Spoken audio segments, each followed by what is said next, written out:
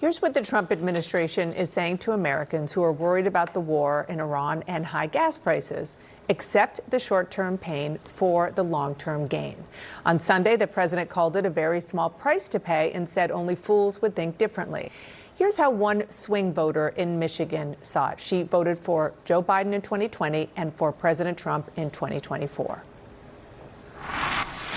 I'm a fool, I guess. Why so, Lindsay?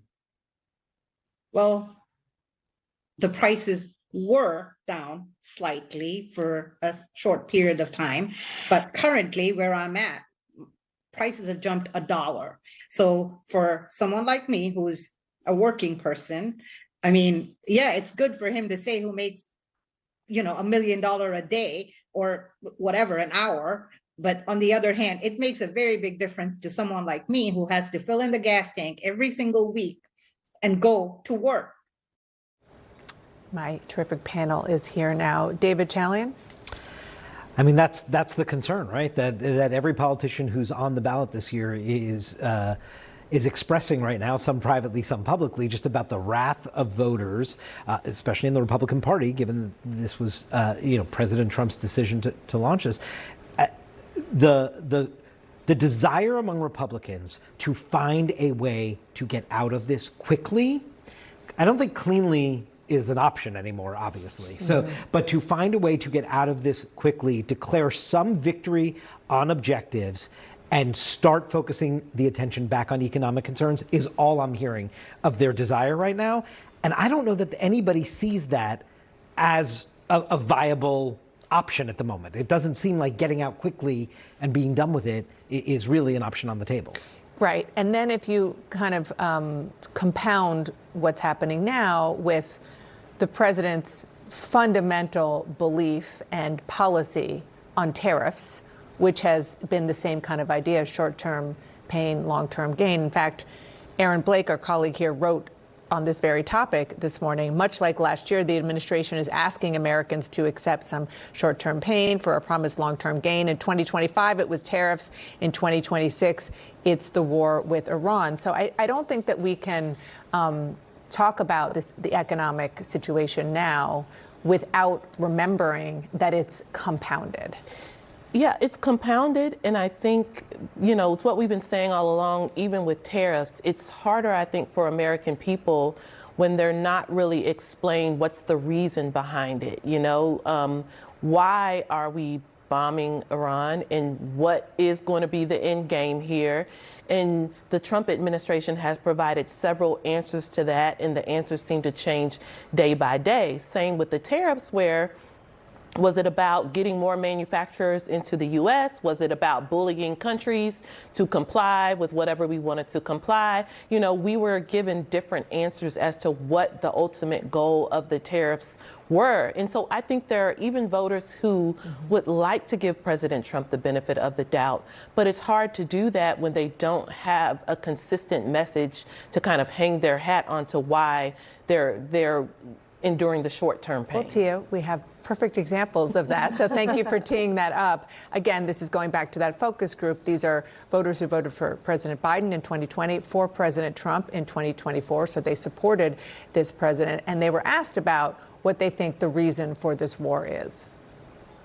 I guess they tried to assassinate him, so he's retaliating. They went in there to assassinate because he was being like a dictator. They were very, very close to building a nuclear bomb. They framed there was an imminent threat that was to the country, whatever that means. I have that we wanted to defend Israel. That's our ally. It seems that they're giving that they attacked us first. Then there's also the liberation, and then peace in the Middle East.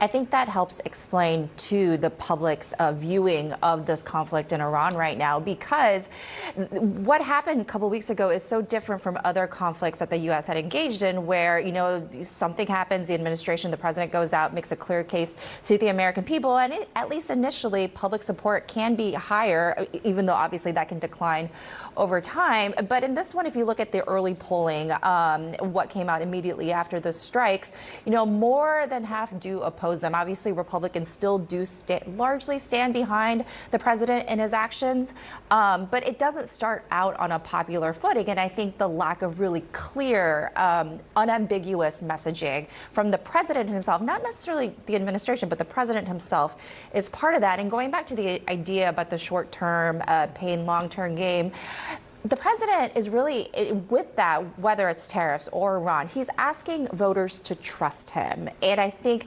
so many of his supporters have been willing to do that for, more than a decade now, because they believe in his power, and his vision on whether it comes to the economy or on other issues. But when you're asking voters to reconcile what they're seeing now in terms of gas prices and other issues, along with just trust me, it'll work out. I'll feel it in my bones once when this is over.